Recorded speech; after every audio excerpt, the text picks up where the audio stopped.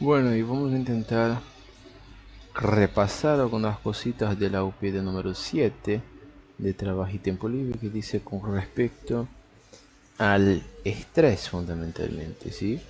Entonces vamos a empezar a desarrollar un repaso para practicar la oralidad de todo, en la seguridad de los conceptos que nos plantea la OP y las mejores formas de realizar una integración, una relación entre en los temas planteados por la OP.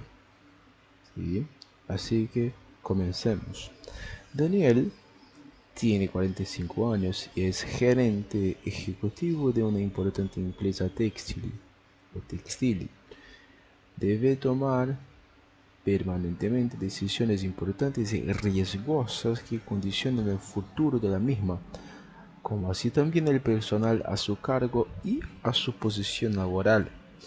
En una consulta de rutina, le comenta al médico que a él no le afecta el famoso estrés, que aqueja supuestamente a quienes hacen ese mismo tipo de trabajo y que a él le gusta el sabor de la adrenalina. El médico le dice que es importante que prevea pausas en su trabajo.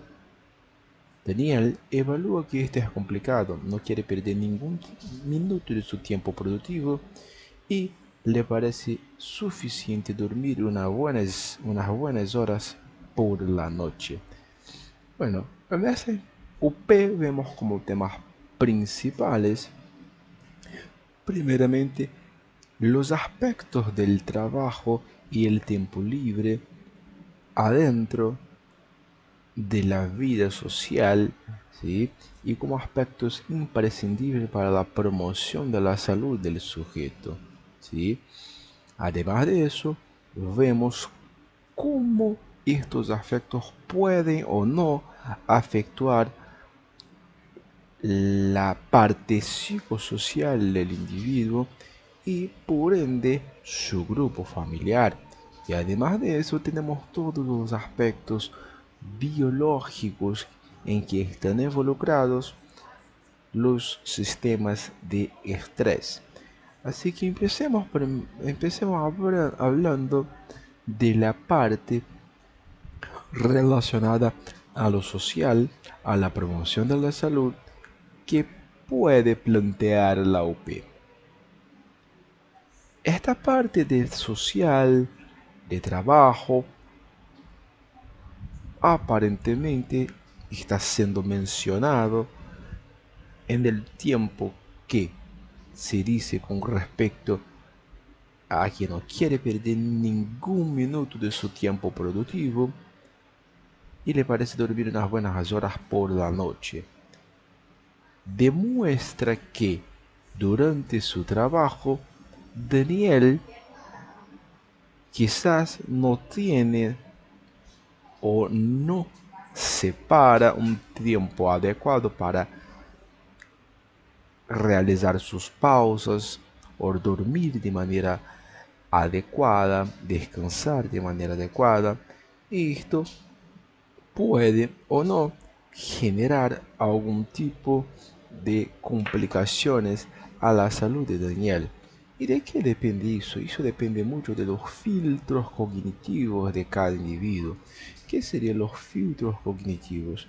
Bueno, los filtros cognitivos van a ser factores individuales o genéticos, culturales, sociales, que hacen con que un individuo sea eh, sea más propenso o más favorable a un tipo de estrés o reaccionar de una manera distinta a un determinado estímulo. A unas personas pueden un distinto estímulo puede ser desencadenante para un tipo de estrés agudo. Para otras personas que a lo mejor ya están acostumbradas con ese tipo de estrés o son personas más tranquilas, son personas que no perciben dicho estímulo como un factor estresor, estos estímulos no van a tener la misma repercusión en el organismo de esta persona. Así que depende de los filtros cognitivos de cada persona individualmente. ¿Sí? Cuando hablamos de la promoción de la salud, ¿sí?, y también de la prevención al estrés laboral, podemos identificar algunos factores, como por ejemplo, identificar los principales causantes de estrés en un trabajo, y esto como prevención del estrés laboral. Si yo estoy trabajando, yo puedo prevenir el estrés identificando los posibles factores, ¿sí?, realizando una evaluación de riesgos psicosociales, realizando un diseño de trabajo saludable, formación y educación, fomentar un equilibrio entre el trabajo y la vida personal, es decir, no solamente estar ahí trabajando todo el día, todo el tiempo, sino que tener un tiempo para la vida personal, para los relacionamientos, para los amigos, para mirar una película, para comer una comida que le proporcione placer o viajar, es decir, realizar algo que le proporcione un descanso o como si fuera recargar las pilas para volver el trabajo en el día siguiente o en la semana siguiente, ¿sí? Una intervención, apoyo, hace falta tener un, un personal calificado para que pueda interferir y apoyar en los momentos que sea necesario, programas de bienestar, acceso a apoyo psicológico, fomentar una comunicación abierta. Algunas veces, a lo mejor el individuo está estresado, está complicado, está con una sobrecarga en su trabajo, pero no comparte las informaciones con nadie. Así que esto puede sumar de alguna forma y generar daño, generar algún tipo de estrés crónico en el individuo. Luego vamos a empezar a hablar de la parte biológica y en las definiciones tanto de estrés crónico, estrés agudo, qué es cada uno de ellos, cómo se califica, ¿sí?, y cuáles son las hormonas predominantes de ahí en estos puntos, ¿sí? Y cuando hablamos de la promoción de la salud, hablamos del enfoque en la salud mental. Ahí ya no estamos más hablando exclusivamente de su trabajo, sino que de salud de manera general.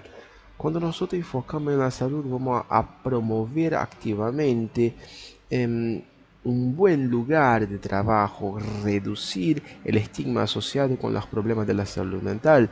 Muchas personas a veces nos procuran un psiquiatra, por ejemplo, porque se sienten estigmatizados, se sienten como si hubiera algún problema en procurar una ayuda psiquiátrica, porque ya fue culturalmente establecido que quienes buscan consultas psiquiátricas son personas que son enfermos mentales y no necesariamente, ¿sí? Entonces está bueno reducir este estigma asociado con los problemas de salud mental, fomentar un ambiente de trabajo positivo, incentivos para un estilo de vida saludable, promover el autocuidado y una evaluación continua. Está ahí realizando evaluaciones, ajustar regularmente las políticas y programas abordados a las necesidades cambiantes de los empleados, ¿sí? Esto serían algunas cuestiones relacionadas a la prevención del estrés laboral y la promoción de la salud en lo que se refiere a la salud mental. Bien, acá algunas preguntas que pueden salir de ahí, ¿sí? Como por ejemplo, dice que la producción social acá plantea que no quiere perder ningún tiempo ningún minuto es tiempo productivo. Entonces podría salir qué es el tiempo productivo, qué es el momento o tiempo reproductivo, ¿sí? Y ahí nosotros podemos plantear cuanto a la producción social, ¿sí? Que el momento productivo o producción social va a ser el momento en que se produce los bienes y o se ejecuta el trabajo. Es el trabajo propiamente dicho, ¿sí? Está relacionado con el proceso de trabajo. La reproducción social, a su vez, va a ser el momento que nosotros vamos a consumir lo que se produjo socialmente. Y uno está relacionado con el otro. Si yo no tengo quien produzca los bienes, yo no puedo consumir. De la misma forma, si yo quiero consumir, ¿cómo yo voy a consumir si no hay quien lo produce? Así que es un ciclo y uno depende del otro. Este momento de reproducción social, a su vez, se divide en una reproducción simple y una reproducción ampliada. Cuando hablamos de reproducción simple, hablamos de una reproducción de una acción que se produce generalmente en el ámbito familiar, que en este ámbito familiar, que es como si fuera una sociedad en miniatura, se produce la formación del sujeto, se produce el consumo de los bienes, pero de manera familiar, de manera reducida, a diferencia de cuando reproducimos lo que aprendemos o que lo ejecutamos o que vamos a consumir públicamente en la sociedad. Y esto sería la reproducción ampliada. Trabajo mental como definición. Y está bueno que nosotros sepamos la definición de trabajo mental. ¿Por qué? Porque es el tipo de trabajo que realiza Daniel en su trabajo. Visto que realiza ahí cálculos, administra el personal de su empresa, es un gerente ejecutivo y toma decisiones importantes, riesgosas que condicionan el futuro de la misma. Es decir, es un trabajo mental. Y este trabajo mental, nosotros tenemos que conocer su definición, que es el trabajo que se lleva a cabo con base a las destrezas cognitivas de interacción propia de cada persona. Implica pensamiento crítico, razonamiento lógico, resolución de problemas y toma de decisiones. Es consciente y selectivo en el tiempo. Bien, ahí está muy claro. El trabajo psíquico a su vez va a ser un conjunto de operaciones que realiza el individuo, que realiza el aparato psíquico para convertir la energía pulsional en libido. Es decir, va a convertir la energía pulsional, que es la cantidad, que es la fuerza que hace un organismo para un determinado fin,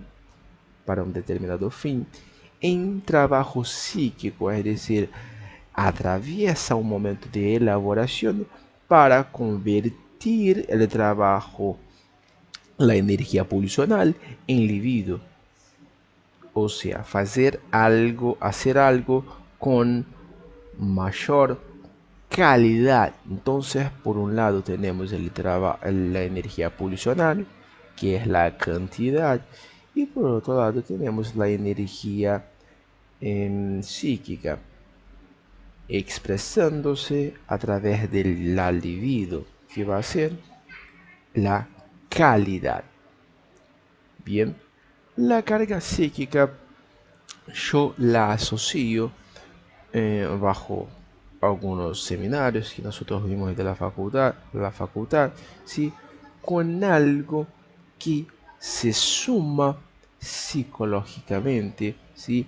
Al trabajo psíquico, promoviendo una sobrecarga en dicha situación psíquicamente. Y la persona, aunque no esté pensando, aunque no esté calculando o rememorando o razonando cuanto a determinado tema, está ahí involuntariamente pensando en dichas situaciones, y estas situaciones a menudo pueden producir la ansiedad. Bien, la carga mental a su vez es el resultado de la interacción entre las exigencias de la tarea del trabajo y las capacidades individuales de cada persona. Es decir, depende de la persona, va a considerar que su trabajo le exige determinadas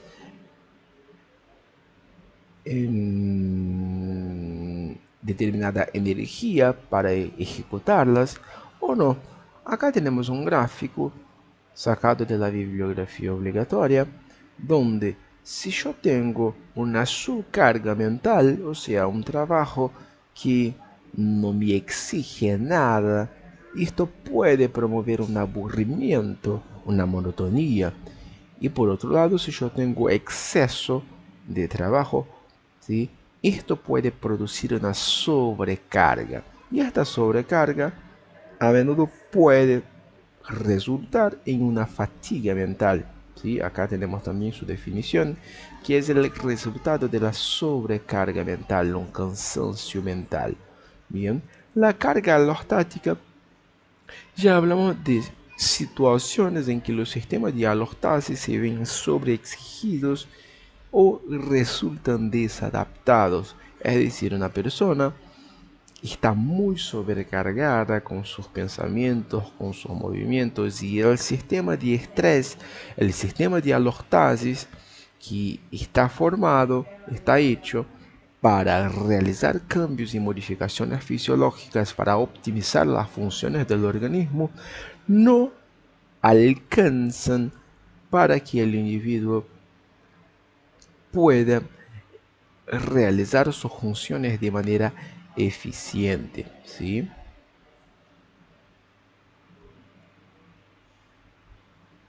Bueno, ahí podemos empezar a hablar de la parte fisiológica de la OP. Bien, cuando hablamos del estrés, fundamentalmente yo voy a volver acá para que nosotros podamos desarrollar un poquito más y charlar cuanto a los aspectos biológicos del estrés. Bien, el estrés, más que nada por definición, es un conjunto de cambios que se produce para un conjunto de cambios que se producen frente a un agente estresor. Esta definición quedó de esta forma, pero en principio tenía una otra definición por Hans Seiche, que definió el estrés como una fuerza para deformar algo, ¿sí? Pero por un manejo diferenciado del idioma quedó con este nombre, ¿sí? Pero esto es cuanto a la etimología de la palabra y demás. Pero ¿cuál es la importancia de conocer el estrés? ¿Cuál es la importancia del estrés propiamente dicho? En realidad que muchos expertos, como por ejemplo José, dicen en su libro de fisiología que hubo algunos estudios que cuando se sacó de la glándula suprarrenal la, la corteza, la corteza, el individuo puede seguir viviendo, pero con muchas dificultades, ¿sí? Hizo experimentos con ratas, y cuando se saca la corteza de la glándula suprarrenal, el individuo puede seguir sobreviviendo, pero con algunas dificultades. Pero cuando se saca la médula de la suprarrenal, el individuo ya no puede seguir viviendo. Y cuando estudiamos la glándula suprarrenal, tanto la corteza cuanto la médula, estudiamos que la médula es la región de la glándula suprarrenal que va a sintetizar y secretar las hormonas una de las hormonas principales del estrés, que serían las catecolaminas, tanto la noradrenalina cuanto la adrenalina. En la glándula suprarrenal, en mayor parte, la adrenalina, ¿sí? Y esto no es posible vivir sin estas hormonas que son importantísimas para la regulación de muchas funciones y la adaptación del organismo frente a situaciones estresantes.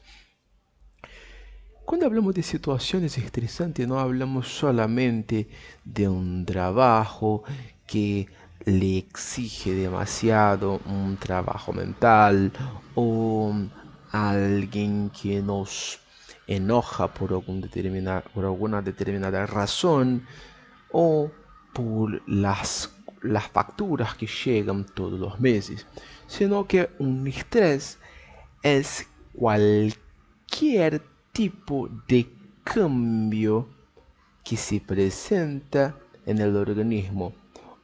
No el cambio propiamente dicho, sino que una amenaza a la homeostasis. Es decir, nosotros tenemos un metabolismo basal, tenemos un volumen minuto cardíaco que está alrededor del 5 litros por minuto, ¿sí? Los latidos cardíacos tienen que estar entre 60 a 100 cuando hablamos de la frecuencia cardíaca. Cuando hablamos de la frecuencia respiratoria de un adulto, tiene que estar entre 12 y 18 respiraciones por minuto, es decir, la frecuencia respiratoria. Tenemos un funcionamiento basal, o sea, cuando estamos en reposo. Algo que se presente como una amenaza al funcionamiento que está ahí, una amenaza contra este andamiento de las pulsaciones, de la frecuencia cardíaca, tanto respiratoria.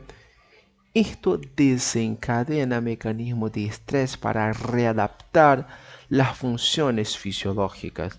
Es decir, un ejercicio físico es un estrés.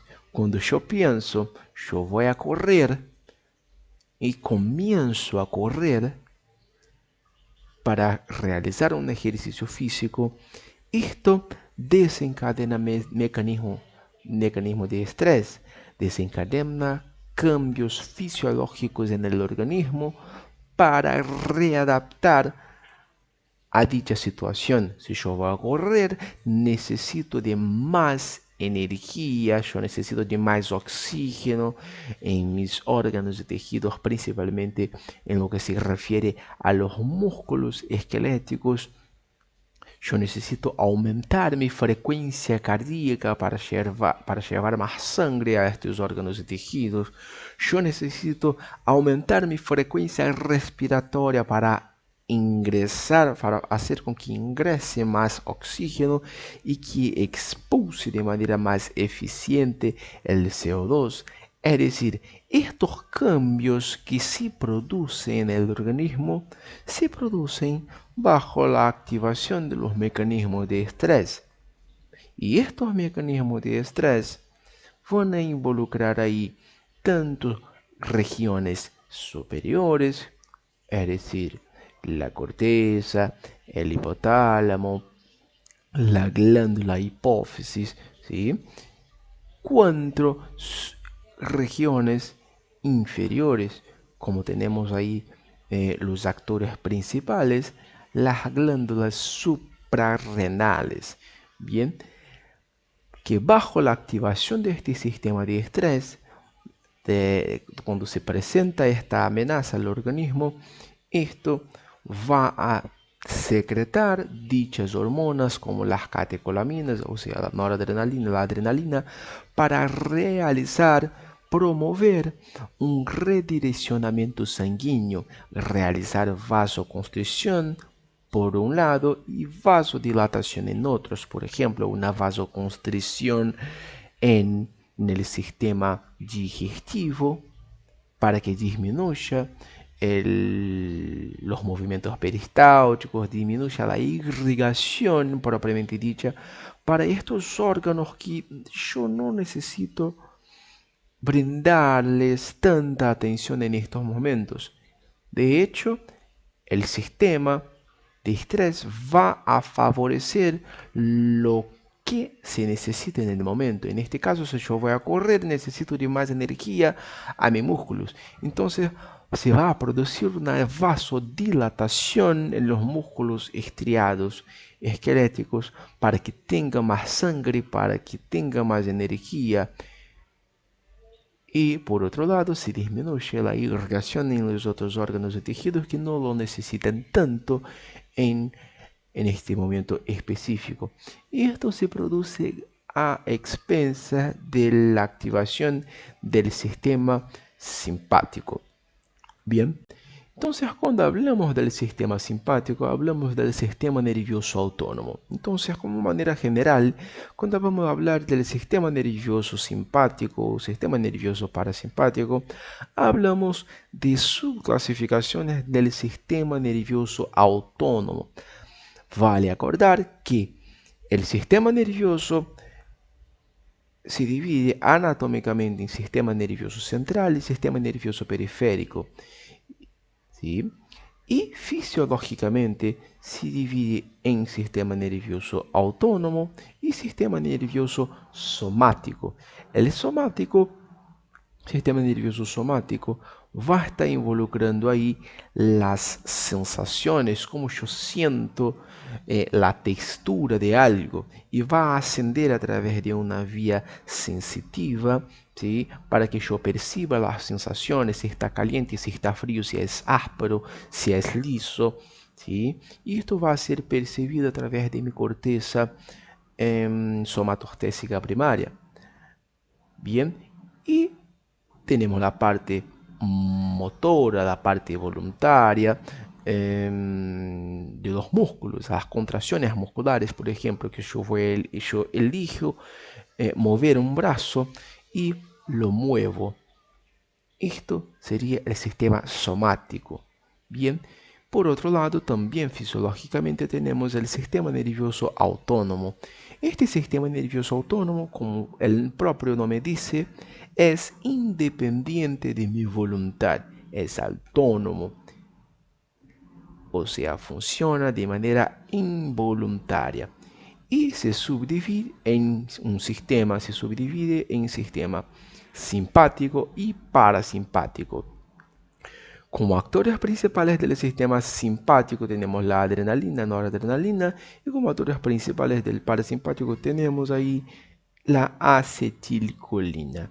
Bien, el sistema simpático va a promover cambios en el organismo para aumentar las funciones relacionadas con la necesidad del organismo, es decir, aumento de la frecuencia cardíaca, aumento de la frecuencia respiratoria, aumento de las características del corazón, de las propiedades del corazón, de entre otras funciones. Y el parasimpático a su vez va a ser el opuesto, va a volver a su estado de ahorro de energía, bien, volver a su estado basal. Entonces van a actuar de manera inversa los dos. El simpático va a tener su origen en los segmentos T1 a L4, es decir, es un sistema tóraco-lumbar, mientras que el parasimpático va a ser un sistema cráneo-sacro. Bien, acá estamos, tóraco-lumbar y cráneo-sacro. Bien, estas neuronas provenientes del sistema simpático son neuronas que poseen fibras preganglionares cortas y postganglionares largas. A ver si tengo una imagen acá. Acá está un poquito mejor, donde podemos ver el sistema simpático, el sistema parasimpático acá, ¿sí? Que es el sistema cráneo sacro, y podemos ver que hay fibras largas, ¿sí? Y su ganglio está cerca del órgano en cuestión o directamente adentro de ellos. Entonces podemos decir que la fibra preganglionar del sistema parasimpático es más larga y la postganglionar más corta, a diferencia del sistema simpático, que la fibra preganglionar es corta y la postganglionar es más larga. Bien, y es un sistema toracolumbar, a diferencia del cráneo sacro, que es el sistema parasimpático, ¿sí? El sistema simpático, además de eso, va a formar una estructura, ¿sí? Interconectada por fibras específicas, ¿sí? Que van a formar la cadena simpática. Esta cadena simpática se extiende desde la base del cráneo hasta la región la región sacra, ¿sí? Proveyendo estos ganglios que van a inervar muchas regiones, simpáticamente, obviamente, ¿sí? Esta parte del cuello van a originar tres ganglios principales, que es el ganglio superior, ganglio medio y ganglio inferior, cervical superior, cervical medio y cervical inferior, que van a inervar algunas estructuras cefálicas principalmente, como el músculo ciliar del ojo, el iris, ¿sí? Entonces van a proveer eh, inervación simpática al ojo, no solamente para el ojo, pero también otras estructuras como las glándulas lagrimales, también va a estar involucrada con, con nervios que salen, que son provenientes del ganglio cervical superior, ¿sí? El ganglio cervical medio va a originar también nervios para la inervación de la glándula tiroides, por ejemplo. El ganglio cervical inferior va a originar el ganglio estrechado, ¿sí? Y obviamente de estos tres ganglios salen estructuras, salen nervios para proveer la inervación extrínseca del corazón, es decir, alterar los latidos cardíacos y alterar las funciones, las características, las propiedades cardíacas también. Bien, esto fue un repaso general del sistema simpático y el sistema parasimpático, obviamente que es un sistema muy complejo pero muy interesante.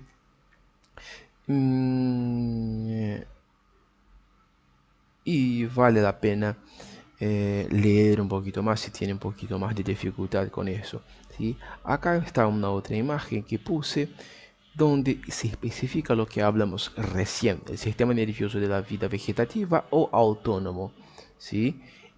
Que es el sistema simpático y el parasimpático. Bien,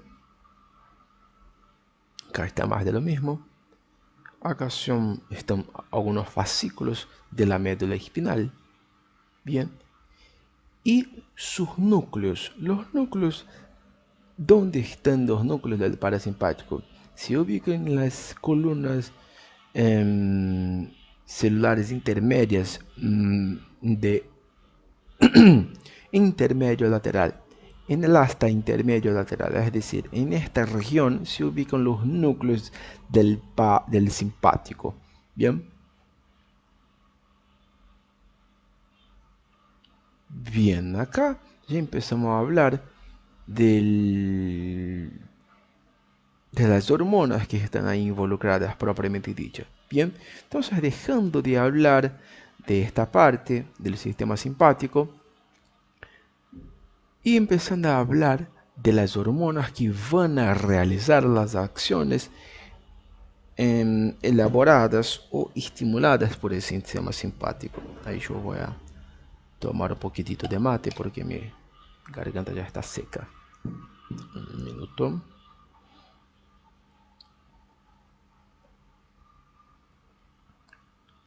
Bien.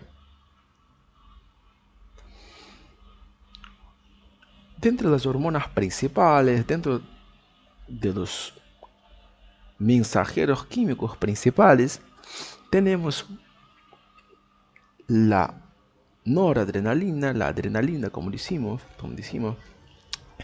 pero también tenemos otros mensajeros químicos. Bien, vale acordar que una hormona, por definición, es un mensajero químico que es volcado a la sangre, a diferencia de un neurotransmisor, que es también un mensajero químico, pero no se vuelca a la sangre, sino que se vuelca en una hendidura sináptica.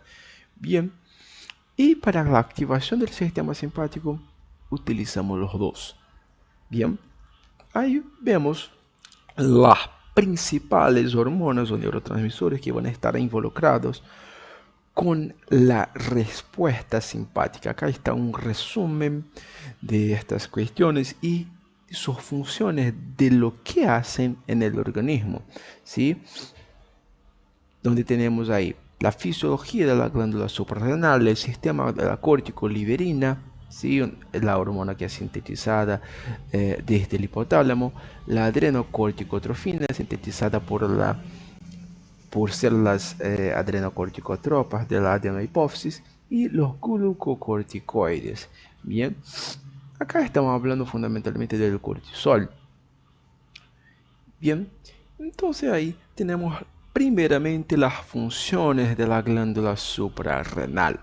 Cuando hablamos de las funciones de la glándula suprarrenal, podemos decir que tiene función de síntesis y secreción de hormonas. Punto. Ahora vamos a desmenuzar algunas partes. La corteza va a secretar un tipo de hormona, la médula va a secretar otro tipo de hormona. A ver si tengo una imagen, ¿dónde está la hormona? Acá está un poquito de la anatomía, ya vamos a empezar a hablar un poquitito de ellas. Bien,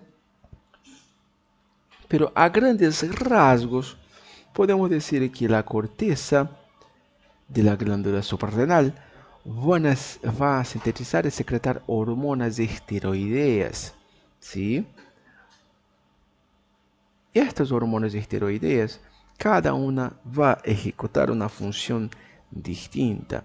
Bien, en la parte más externa, nosotros vamos a llamar de zona glomerular, va a secretar la aldosterona, que va a ser un mineralocorticoide, es decir, va a actuar en la regulación del agua en el organismo. La parte media de la corteza tenemos la parte más grande, más voluminosa de la corteza, que es la zona fascicular, y esta zona fascicular va a secretar una de las hormonas más importantes para la reacción al estrés, que es el cortisol. Y la parte más profunda de la corteza tenemos ahí la hormona, los andrógenos, ¿sí? Que va a ser sintetizado ahí alrededor de 5 a 10% de la secreción de la corteza, y tiene también como precursor el colesterol. Bien, de manera distinta, la parte de la médula suprarrenal va a sintetizar otros tipos de hormonas que estas no son derivadas del colesterol, sino que provienen del grupo del aminoácido amina. Bien, que van a producir las catecolaminas. Bien, vamos a hablar un poquitito de cada una de ellas. Acá cuando hablamos de la biosíntesis de los glucocorticoides, hablamos que un glucocorticoide es un tipo de hormona esteroidea producida naturalmente por el organismo. Bien, se sintetiza a partir del colesterol, el LDL, que llega hacia los tejidos. ¿Se transporta de qué forma? 95% es transportado por la globulina fijadora de cortisol y el 5% por la albúmina. Se metaboliza en el hígado, donde se conjuga con ácido glucurónico. Luego 25% se excreta por la bilis y el restante vuelve a la circulación, donde son atrapados por la filtración renal y excretados vía orina. Bien, entonces acá tenemos su transporte y su eliminación. Bien, la regulación de la secreción de los glucocorticoides, factor liberador de la corticotrofina y adrenocorticotropina, es decir, cómo se libera, ¿quién va a regular la liberación de los glucocorticoides? La activación del eje hipotálamo hipófiso-adrenal. Es decir, ¿quién es el hipotálamo? Bien, el hipotálamo es una estructura ubicada en la base del cráneo, en la base del encéfalo, que también está involucrado con el sistema límbico. Es decir, al percibir sensaciones, al percibir pensamientos, ¿sí? O a través de interconexiones que posee con la vía visual, permite convertir estímulos externos en estímulos endócrinos. Entonces, la activación del eje hipotálamo hipófiso adrenal activa desde el hipotálamo, ¿sí?, a partir del núcleo paraventricular, la secreción del factor liberador de corticotrofina, que este va a la adenohipófisis, ¿sí?, en las células corticotropas para estimular la síntesis y secreción de la hormona corticotropa, adrenocorticotropa. Esta sí va a ser el estímulo en la corteza de la glándula suprarrenal para la síntesis y secreción del cortisol. ¿Sí? Esta va a la circulación hacia la corteza suprarrenal para estimular la síntesis y secreción de los corticosteroides, más específicamente el cortisol. En este caso, estimula también los andrógenos, ¿sí?, la parte más interna de la glándula suprarrenal. Bien, pero para lo que compite a nosotros ahora, los glucocorticoides. Y los glucocorticoides van a tener muchas acciones en el organismo, como acciones en los hidratos de carbono, acciones en las proteínas, acciones en las grasas también, ¿sí? Y va a tener también acciones sobre el sistema inmune, pero a grandes rasgos, la hormona, el cortisol, va a ser una hormona hiperglucemiante, es decir, va a desencadenar cambios en el organismo para que aumente la glucemia. O sea, si yo necesito energía, no alcanza que yo aumente solamente la cantidad de oxígeno que llega a los tejidos. Yo necesito también de los nutrientes, ¿sí? Y en este caso utilizamos la glucosa, ¿bien? Que es el nutriente más accesible al organismo por el hecho de que está en la circulación a todo tiempo. Tenemos reservas de glucógeno, de glucosa, ¿sí?, almacenada como glucógeno y demás, ¿sí? Entonces, es la principal fuente de energía del músculo estriado esquelético. Entonces, su acción sobre los hidratos de carbono va a actuar fundamentalmente estimulando la glucogenia, o sea, va a convertir los aminoácidos en glucosa, estimulando la síntesis de enzimas gluconeogénicas, va a disminuir la utilización de la glucosa celular, disminuyendo la oxidación del NADH, el incremento de la glicemia, ¿sí? Esto va a producir a través de estos dos factores anteriores, estos dos factores anteriores, y además de la disminución de la sensibilidad de la insulina, por la insulina, yo escribí mal acá, disminuye la sensibilidad por la insulina debido a la alta movilización de ácidos grasos, ¿sí?, que podrían alterar las acciones de la insulina sobre los tejidos. Vale acordar, un paréntesis nomás, que estas informaciones yo las saqué de Guyton y las puse ahí como un resumen, que espero que les sirva, así como me sirve y yo pude entender, y es la forma que yo puedo explicar. Bien. Sus acciones sobre las proteínas están involucradas con la reducción de las proteínas celulares, o sea, el catabolismo y la disminución de la síntesis de las proteínas propiamente dichas, ¿sí? Y aumento de las proteínas hepáticas y en el plasma.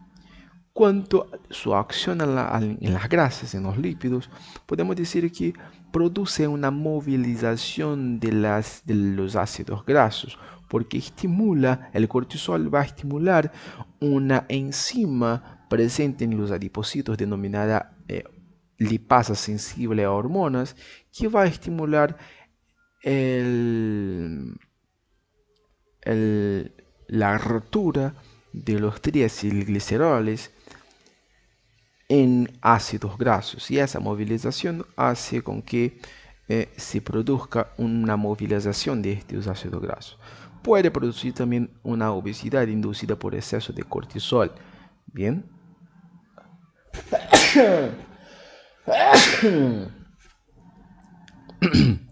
Bueno, y las acciones sobre el sistema inmune.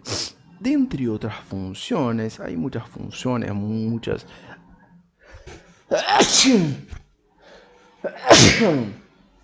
acciones del cortisol sobre el sistema inmune, pero de entre otras funciones podemos nombrar como las principales que disminuye la emigración de los leucocitos a las zonas de inflamación y la fagocitosis de las células dañadas. Es decir, cuando yo tengo mucho cortisol, yo estoy realizando muchos cambios en los hidratos de carbono, contra las proteínas, contra las grasas, ¿sí? Aumenta la cantidad de glucosa en la sangre, no solamente de glucosa, pero también de ácidos grasos, ¿sí? Y esto disminuye la emigración de los leucocitos, de los glóbulos blancos, a las zonas de inflamación.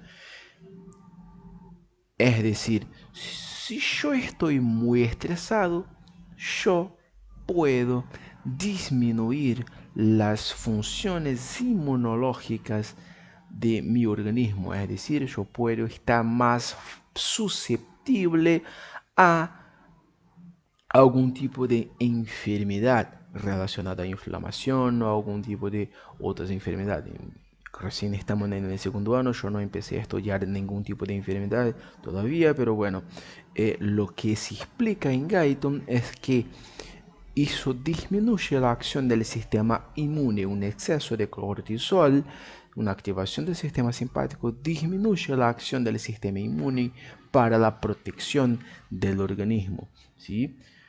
Y cuando hablamos de la médula suprarrenal, hablamos de la parte más central de la glándula, que constituye alrededor del 10% del tamaño total y que va a sintetizar y secretar la adrenalina y la noradrenalina, ¿sí? Estas hormonas, ¿sí?, van a tener su estructura que derivan del aminoácido amina, ¿sí? Va a tener su fase de secreción, su fase de formación, que en algunos instantes a continuación yo voy a explicar el paso a paso de ellas. Bien, la regulación ya de la médula va a estar a cargo de las ramas del plexo suprarrenal originadas del nervio esplácnico mayor y del plexo celíaco, y su secreción está regulada por la actividad de las fibras simpáticas, es decir, luego de una descarga del sistema simpático hacia la médula, se liberan las catecolaminas endócrinas. Estas complementan el efecto originario del sistema simpático, a diferencia que permanecen en la circulación de 5 a 10 veces por más tiempo, ¿sí? Entonces va a reforzar la acción de los neurotransmisores provenientes del sistema simpático. Bien, acá más de lo mismo que hablamos, pero de anotaciones de los seminarios. Bien, las concentraciones ideales en la parte de la mañana, que tenemos una concentración ideal de cortisol, o sea, cuando despertamos tenemos un aumento fisiológico del cortisol y luego disminuye por la noche, esto fisiológicamente. Bien, la acción del cortisol, por ser una hormona esteroidea, va a actuar en receptores citosólicos, que estos van a tener efectos fundamentalmente en los genes. Van a migrar hacia el núcleo de las células y actuar en la estimulación de síntesis de determinadas enzimas, ¿sí? Hay un resumen de las glándulas suprarrenales, pero ahora de la parte de anatomía, ¿no? Son glándulas pares, son glándulas endócrinas, dos, que poseen una médula, producen corticoides y andrógenos. En la médula produce las catecolaminas, todo lo que ya hablamos, la situación en la parte posterior superior del abdomen, por debajo y delante del diafragma, por encima de los riñones laterales de la columna lumbar, y son retroperitoneales. La irrigación, estamos ahí, que proviene de las arterias suprarrenales superior, media e inferior. Cada una de ellas va a tener un origen, ¿sí?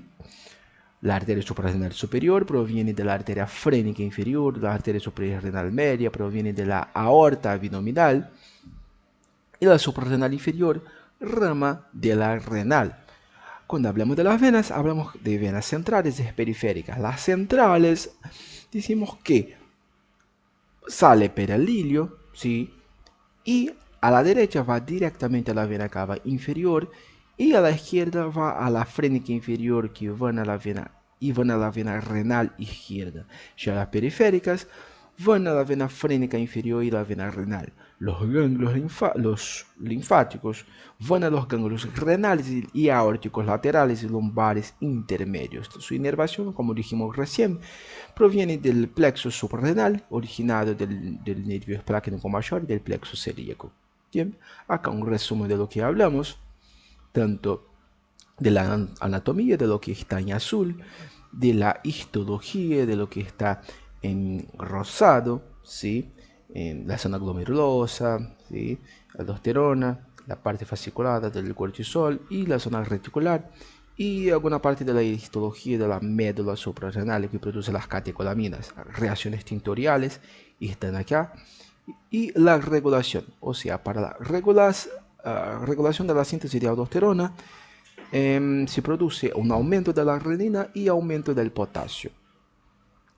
Es el estímulo para la liberación de aldosterona. Ya para la liberación del cortisol y de los andrógenos, basta la activación del eje hipotálamo hipófiso adrenal, o sea, la CRH y la ACTH. Bien. Estímulo para la liberación de las catecolaminas, activación del sistema simpático. Acá está un poquito más descrito con algunas imágenes de lo que hablamos recién, ¿sí?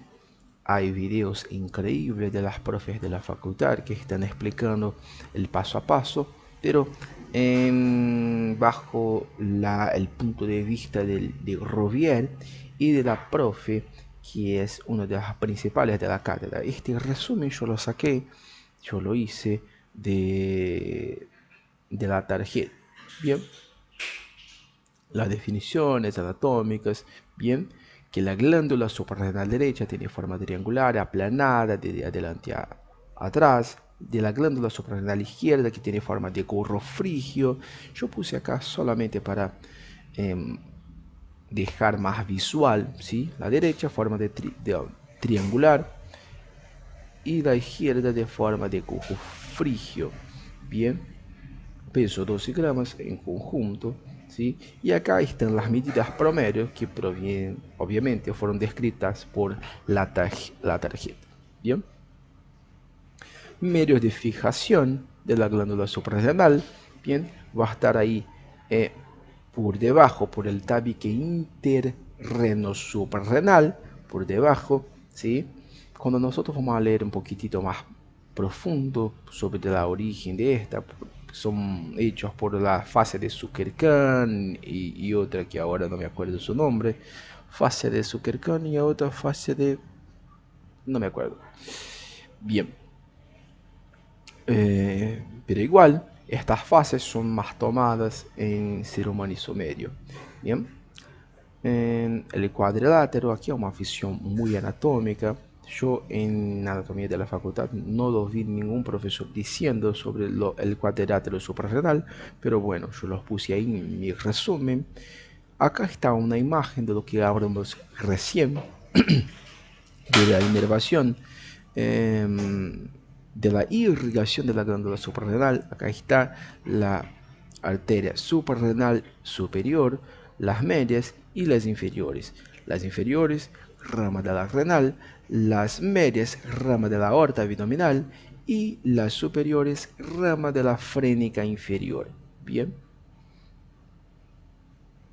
Acá el drenaje, bien, las arterias, un poquito más de la imagen, pero también alguna parte de la drenaje. Se puede ver que van a la renal izquierda, bien, y la derecha va directamente a la vena cava superior, vena cava inferior, perdón.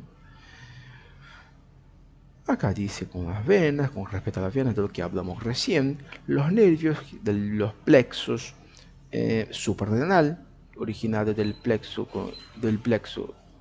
nervio esplácnico mayor y del plexo celíaco. Bien, y ahí ingresamos en la histología, que es un poquito más de lo mismo que ya hablamos recién. Bien, acá hay algunas imágenes. Bien, cómo van a estar dispuestas la irrigación, ¿sí? Por ser una arteria, son capilares fenestrados. Bien, la zona glomerulosa, fasciculada, la zona reticular y la médula. Los tipos de secreciones y orígenes de cada parte. Por ejemplo, la corteza tenemos que tiene origen mesodérmica y la médula deriva del ectodermo de la cresta neural embrionaria, ¿sí? Constituye alrededor del 10 a 20%. Bien.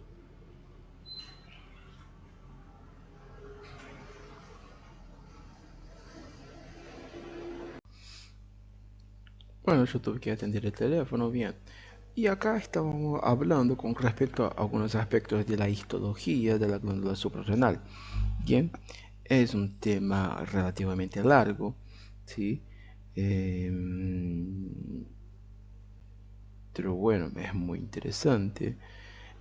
Las especificaciones de cada una de ellas. Cuando hablamos de la zona glomerulosa, estamos hablando de células que van a estar separadas por tabique fino, tejido conjuntivo, ¿sí? Núcleos heterocromáticos con uno o dos nucleolos proeminentes. Me parece una información demasiado fina y muy específica a los histologistas, ¿no?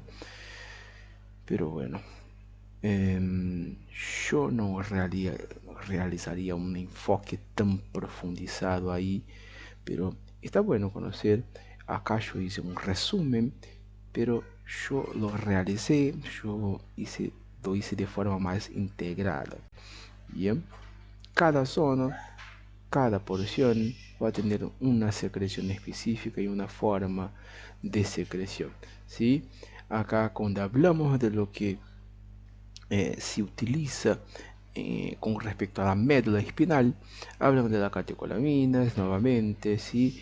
Van a estar sintetizadas por las células denominadas células cromafini o feocromocitos, ¿sí? Que son neuronas específicas, especializadas, neuronas sin axones, ¿sí? Que son gránulos, presentan como todos tipos de gránulos, ¿no? Acá la especificidad de las células, ¿sí?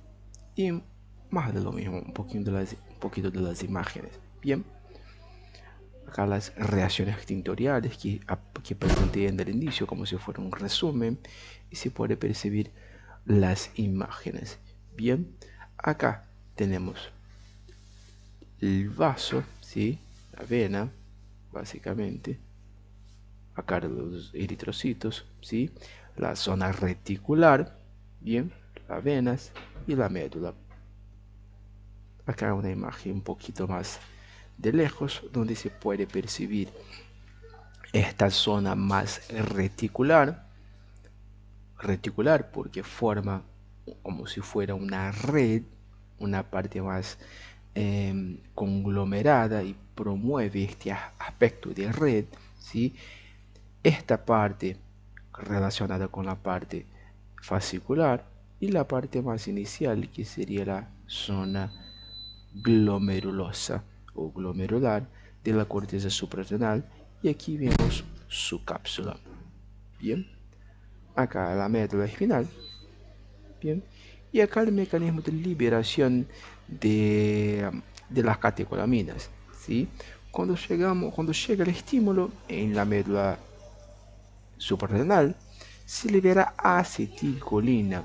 Esta acetilcolina promueve la despolarización de las células de la médula suprarrenal, que promueve la afluencia de calcio y la exocitosis de las catecolaminas. Bien, la irrigación, ya hablamos de ellas. Bien,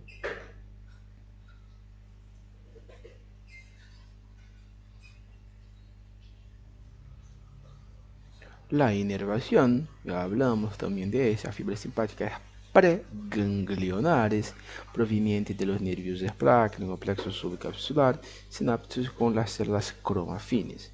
Bien, acá las clases de hormonas, cuando hablamos de las células de la zona de la corteza, ¿sí? Hablamos de la aldosterona, del cortisol y de la androstenediones, de los andrógenos, ¿sí?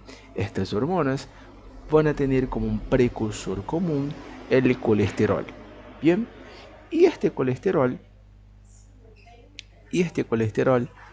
va a desencadenar, va a actuar como un precursor de todos ellos, dependiendo de la necesidad, dependiendo de dónde se secrete y el estímulo adecuado para su síntesis. Bien,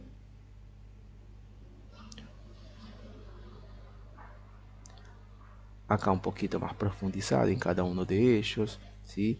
Acá está diciendo un resumen de lo que ya decimos, ¿sí? Su función va a reabsorber sodio y calcio, ¿sí? Para que excreta el calcio, el potasio, perdón, ¿sí? O sea, en resumen, la aldosterona va a actuar en el sistema renina-angiotensina-aldosterona, ¿sí? Para favorecer la retención de sodio y agua a nivel renal. Va a actuar fundamentalmente en los túbulos contorneados distales y en los túbulos colectores para aumentar la reabsorción de sodio y por ende agua. Cuando yo aumento el agua en mi torrente sanguíneo, yo aumento la volemia. Si yo aumento la volemia, yo aumento la presión arterial. ¿Sí? Entonces, esta sería la función fundamental de la aldosterona. Va a regular las cantidades de agua en el organismo. Bien, su estímulo principal va a ser el aumento del potasio plasmático, ¿sí? Y también el aumento de la renina, que es una enzima sintetizada por las células justaglomerulares en el riñón. Bien, los glucocorticoides, a su vez, que van a ser secretados por la zona fasciculada, incluyen la hidrocortisona y la corticosterona, son secretadas por los espongiocitos, o sea, las células de la zona fasciculada de la glándula suprarrenal. Bien, van a actuar fundamentalmente en el aumento de la glucemia. Bien, y van a estar a cargo, su liberación va a estar a cargo de la activación del eje hipotálamo hipófiso adrenal. Bien, más de lo mismo, movilización de ácidos grasos, ¿sí? Y los andrógenos van a estar secretados también por la corteza suprarrenal, pero en la zona reticular, ¿sí? Como dihidroepiandrosterona, ¿sí? Y androstenediona, ambas hormonas sexuales masculinas débiles. Bien, producir cantidades muy pequeñas y van a estar a cargo de la activación también del eje hipotálamo hipófiso adrenal. Acá hablamos de la médula, ¿sí? que va a tener su secreción a partir de la activación del simpático, como hablamos recién, y este simpático va a liberar acetilcolina en las terminaciones sinápticas ganglionares, despolarizando las membranas en las células como afines, y entrada de calcio, la cual induce la liberación de la catecolamina mediante exocitosis. Bien, acá está muy descrito. Esta liberación va a hacer un aumento, va a realizar un aumento del gasto cardíaco, ¿sí? Acá está, la presión arterial es igual al gasto cardíaco multiplicado por el retorno venoso periférico total. Bien, acá está, básicamente. Yo había dicho que sería precursor del aminoácido amina, no, nada que ver. Sería el aminoácido tirosina. Bien, son originadas del tirosina, y desde la tirosina va a dopa, de dopa a dopamina, y de dopamina se convierte en noradrenalina o adrenalina. Y esto depende de la presencia de esta enzima, no me acuerdo su nombre, pero está escrito PNMT, es un nombre muy largo, pero esta enzima está más presente en la médula suprarrenal en comparación al sistema nervioso central. Entonces, cuando hablamos del sistema nervioso central, como por ejemplo el locus ceruleus, o las neuronas preganglionares, que van a secretar también acetilcolina como neurotransmisores, van a secretar fundamentalmente la noradrenalina y en mucho menor cantidad la adrenalina, por la escasa cantidad de esta enzima para convertir la noradrenalina en adrenalina. Ya cuando hablamos de la glándula suprarrenal, por haber una mayor cantidad de esta enzima, va a sintetizar en mayor cantidad la adrenalina y en menor cantidad la noradrenalina. Bien, algunos estímulos para la liberación de la noradrenalina. Bien, más de lo mismo. Para ganglios no hace falta que nosotros hablemos ahora. Y la fisiología de la glándula suprarrenal. Bien, ingresamos en la fisiología de la glándula suprarrenal. Bien, a grandes rasgos yo hice este gráfico para señalar que el hipotálamo va a sintetizar y secretar la hormona liberadora de corticotrofina, ¿sí? Que va a ser secretada desde el núcleo paraventricular, va a ser una hormona peptídica, ¿sí? Con 41 aminoácidos, ¿sí? Y este va a la adenohipófisis para activar la síntesis y secreción de la ACTH, la hormona adrenocorticotropa, ¿sí? Es una hormona pequeña formada por 39 aminoácidos, y esta a su vez va a la corteza suprarrenal para estimular la zona fasciculada para la liberación de cortisol y la zona reticular para la liberación de andrógeno, ¿sí? Mientras que el aumento de las concentraciones de potasio, aumento de las concentraciones de renina van a estimular la zona glomerulosa, promoviendo la liberación de aldosterona, que estos tres van hacia la sangre. Bien, de igual manera, la médula suprarrenal, que va a estar estimulada, ¿sí?, por el sistema nervioso, ¿sí? Acá tenemos un esquema de la médula espinal, plexo celíaco, nervio esplácnico mayor, plexo suprarrenal, estimuló la médula, liberó adrenalina y noradrenalina y fue hacia la sangre. En la sangre van a realizar los cambios que hablamos recién. Bien, acá tenemos los receptores adrenérgicos y los efectos que van a causar en cada región de los organismos. Podemos decir que los receptores alfa van a estar involucrados con el diámetro, con el calibre de los vasos, y no solamente el calibre de los vasos, sí, el calibre de los vasos también, pero las glándulas salivares, la piel, la mucosa, riñones, y vísceras abdominales y músculos. Bien. Alfa 2, acá está. Y beta 1 va a estar fundamentalmente en el miocardio, ¿sí? En el corazón. Beta 2 en el sistema respiratorio y en el líquido y tejido adiposo.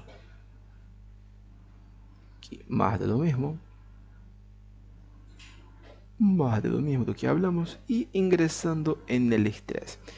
Esta es una imagen muy interesante que resume muy adecuadamente los sistemas de activación del estrés. Esta imagen lo saqué del libro de Bess Taylor. Me parece una imagen muy interesante que demuestra que bajo una activación de los sistemas de estrés, o sea, está corriendo el perro, ¿sí? Se activa el metabolismo de la glucogenólisis o lipólisis, ¿sí? Para proveer un aumento de la cantidad de sustratos, para proveer energía para su organismo. Promueve el alerta, midríasis, o sea, va a estar dilatada su pupila para buscar distintas formas para huir del perro. Palidez y transpiración. La palidez está promovida por una vasoconstricción en esta región una vasoconstricción cutánea, y la transpiración, que es una forma de disipar el calor producido por el automovimiento, el grande movimiento sanguíneo que está pasando por ahí, y además de las muchas reacciones químicas que se producen en la célula para la producción de energía. Una broncodilatación y aumento de la frecuencia respiratoria para aumentar el volumen corriente, ¿sí? La taquicardia va a aumentar, o sea, a un aumento del volumen minuto cardíaco, ¿sí? Y de la tensión también arterial. Aumento del flujo sanguíneo muscular, necesitan de más energía, necesitan de más fuerza para estar corriendo, ¿sí? Disminuye el flujo urinario, es decir, las arterias que envían la sangre al riñón para proveer el filtrado renal, disminuye su flujo, ¿sí?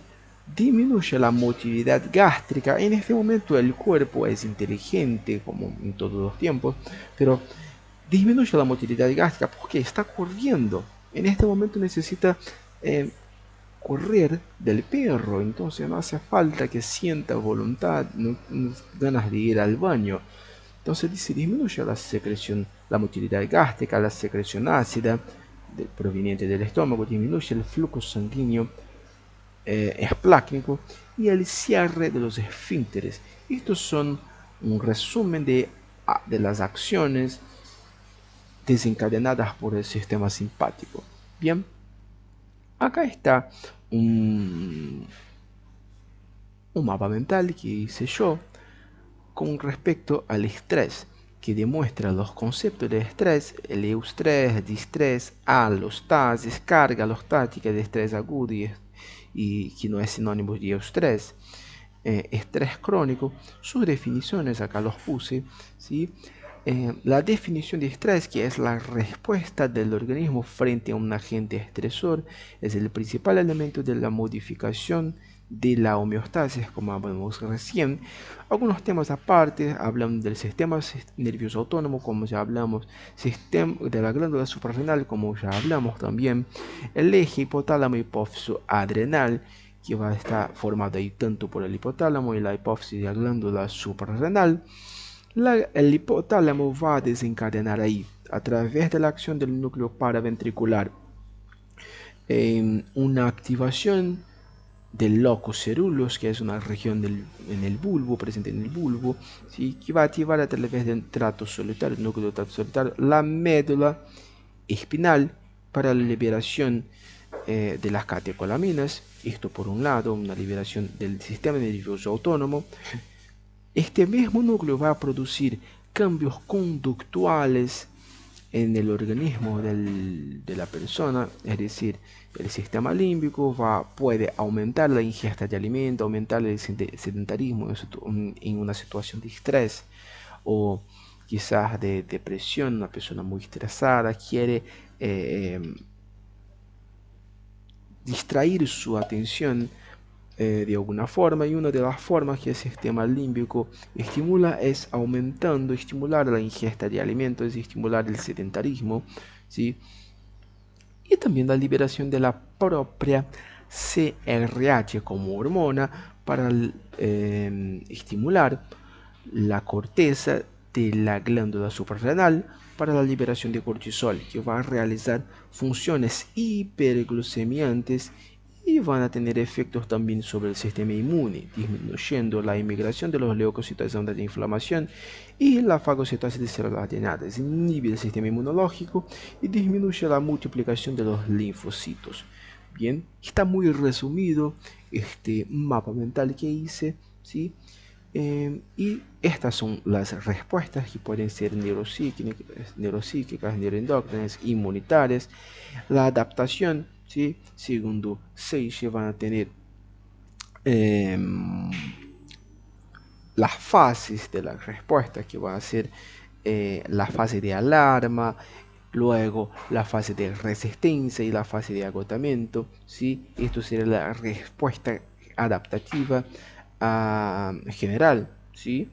O síndrome de respuesta adaptativa general, descrita por Seiche. Bien, y perdón, esta amenaza depende justamente de lo que hablamos recién, de los factores, de los filtros cognitivos que van a formarse por diferencias individuales y el ambiente y el soporte social. Bien, basado en estos filtros cognitivos, las respuestas conductuales y respuestas fisiológicas pueden ser distintas, promoviendo una alostasis, una adaptación alostasis que promueve la protección, o puede ser promover una carga alostática que produce daño. Bien, cuando hablamos de carga alostática, hablamos ahí de una sobreexigencia o una respuesta alterada de los mecanismos de alostasis, ¿sí? O sin freno, o una respuesta desproporcionada, ¿sí? Simplemente no vuelve a su estado de homeostasis, ¿sí? Esto puede llamarse carga alostática. Bien, la reacción ante la agresión a menudo puede ser estas, como descrita en el seminario de Pablo Arias, que sería la agresión, ¿sí? Una amenaza, un estímulo real, una reacción denominada un estrés o eustrés, distrés, ¿sí? Una reacción, acá está demostrando la reacción normal ante un evento estresante, y reacciones alteradas, es decir, lo normal, lo fisiológico es que ocurra una reacción, exista un momento de resistencia y luego vuelva a su estado de homeostasis. Pero reacciones alteradas pueden ser diversos picos, ¿sí? O no vuelve a un estado de homeostasis, o simplemente no ofrece una reacción adecuada al sistema de estrés. Bien, acá más de lo mismo, ¿sí? Pero ahora descrito de manera más entendible, ¿sí? Lo he sacado también del seminario de Pablo Arias y del libro Best Taylor. Y esto sería el repaso de la unidad de estrés. Entonces, en resumen, a ver si hay algo más. El sistema endocrino, nosotros ya hablamos algo. La bioquímica, a ver. Esto no tiene mucho que ver ahora, pero bueno, cómo se lleva el colesterol hacia la sangre cuando llega, la formación, acá un poquito más de la bioquímica de las catecolaminas, pero bueno, a grandes rasgos serían estos puntos.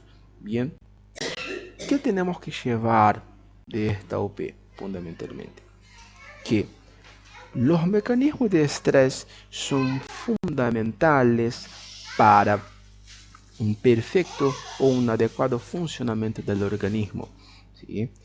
Daniel siente que le gusta el sabor de la adrenalina, ya está acostumbrado, es una persona que sus filtros cognitivos permiten que trabajen de esta forma, que esté expuesto a este tipo de trabajo sin que le haga daño.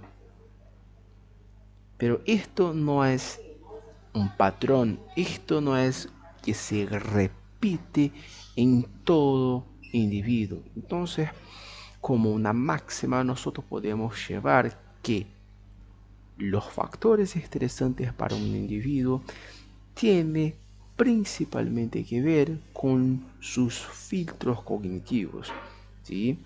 Y como medidas de promoción de la salud, se orienta que haga sus pausas de manera adecuada, que haga un buen provecho de sus tiempos de descanso y de su tiempo libre, ¿sí? No solamente tener en cuenta los tiempos de trabajo, utilizar solamente de su tiempo productivo, pero hace falta también que utilice de su tiempo reproductivo para que no empiece a generar ningún tipo de daño. Bien, este fue mi repaso de UP7 de hoy. Yo voy a respirar un poquito más y luego voy a empezar con alguna otra OP que yo tengo dificultad también. Pero bueno, chao, chao.